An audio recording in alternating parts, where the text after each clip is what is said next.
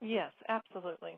Absolutely. But yes, it's getting those people, the defenses down. Here I am leading this whole thing in Florida, and I'm still scared to talk to people about it in certain instances. I don't want to bring it up either, but it's something like you said, you know, it's something I have to take myself out of the equation, and it's just something that I have to do in order to get the laws changed. Somebody's going to have to speak up, and who better to do it than mothers?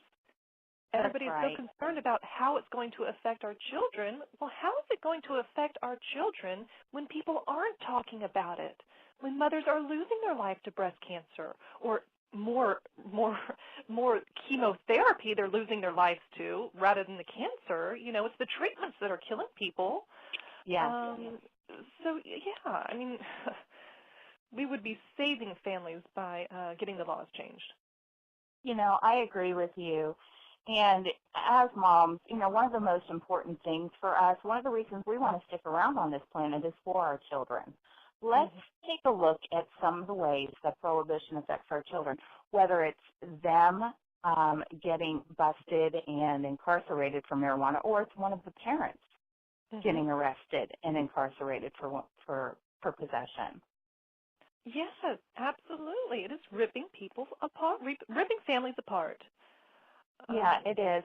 When you look at your child going through any type of legal matter that is surrounded, around cannabis and being arrested with it, you look. Its tentacles reach so far into the future of that child's life. They have now, not only do they have that on their record, and that's quite embarrassing to begin with. You're labeled a criminal for smoking what is just a cigarette, but it's a different type of cigarette. So when you look at that, now they're carrying that around on their record. There goes their job clearance security for future reference. There goes their scholarship that they may be, employing at the time. There's so many aspects to where it lessens the quality of life for our children. And let's talk about if one of the parents are incarcerated on a marijuana charge or a cannabis charge. Well, if it's the father who is the head of the household, and you're taking them out of the workplace, out of the position of being the provider for the family, it then falls on the mother and sometimes even on the older children to help make up that fiscal responsibility for supporting the family. And again, we've got a lesser quality of life for the family unit. And not to mention what it does to interpersonal relationships. That is just all over the spectrum there. So there's a lot to look at. It is not just punishing someone for smoking a marijuana cigarette or having cannabis on them. It's certainly for the crime, the punishment is lingering through life. Yeah, it's really, and like you said, it's the key is education. It's just when people really, I don't know if you saw the most recent news out of cannabis science. Are you familiar with cannabis science? I have not been to Dr. Bob's website in a while. Yeah, well, now they just posted their pictures, their fourth patient that is using the Rick Simpson, they don't call it the Rick Simpson oil, but it's a similar, kind of oil that they've produced over there. And skin cancer. Fourth patient applying this stuff themselves. They don't have to go to any doctor to apply it. Every day they rub their cannabis oil on their skin cancer, and the fourth patient has shown that it disappears. Yeah, that is just amazing. And especially here in Florida. In Florida, think of how important that is. Oh, yes, absolutely. Skin cancer that we have down here. Absolutely.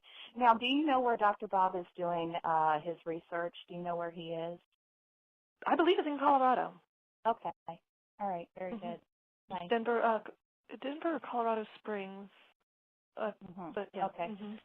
Yeah, I knew he was based out there. I wasn't sure if he was traveling to do the research or if he was actually able to do it right there. That's wonderful. That's so great. It is. Well, just since, changed the laws. I guess he was doing it in Canada before that. But yeah, I mean, it's just amazing, amazing stuff. Well, we have a couple.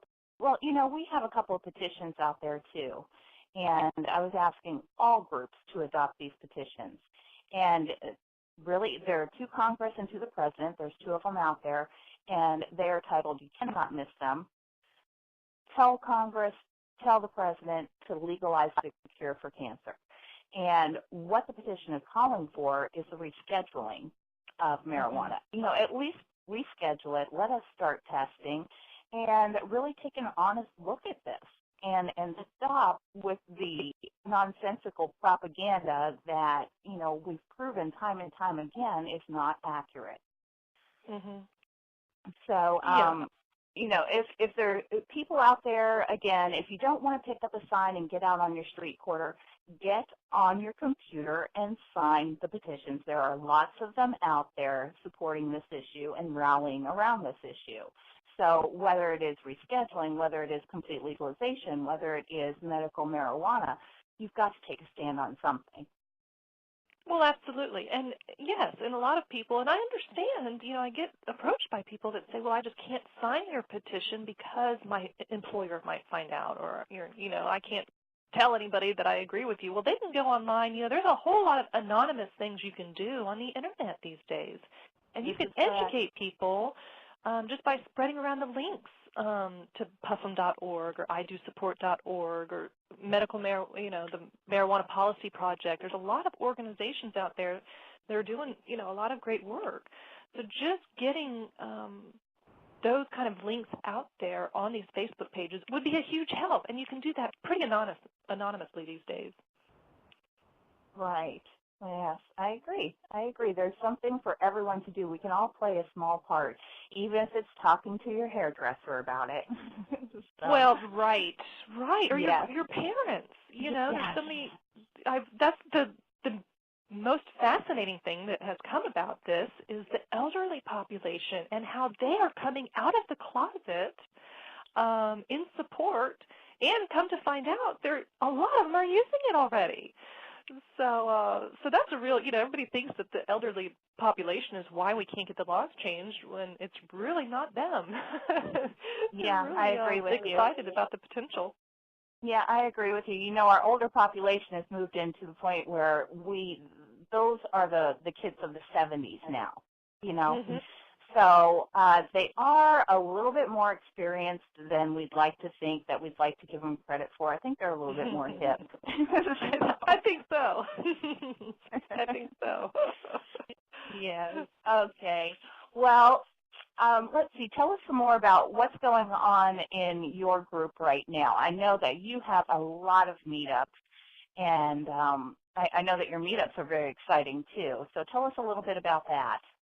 Yeah, well, we have 9 meetup groups for around the state. We're up to 30 different groups on Facebook, and those 2 methods are the easiest way that we have found to get people organized and in communication with each other.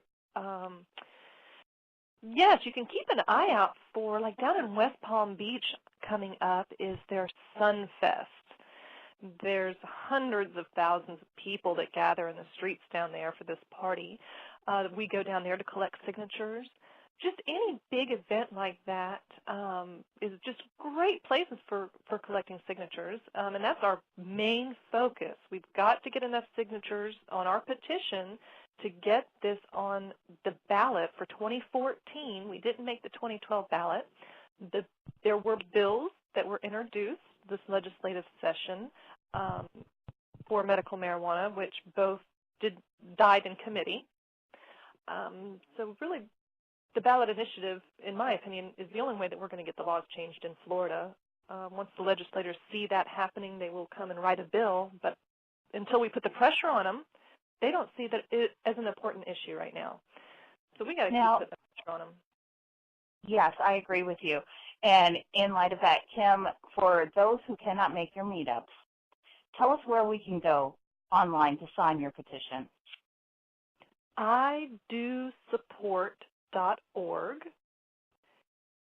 you have to download it. That's the drawback of our petition. Everybody says, can't we do it online? And no, we're really trying to change the Constitution of Florida, so they require an original signature. We can't do any facsimiles. It has to be an original signature. So they can get that at idosupport.org.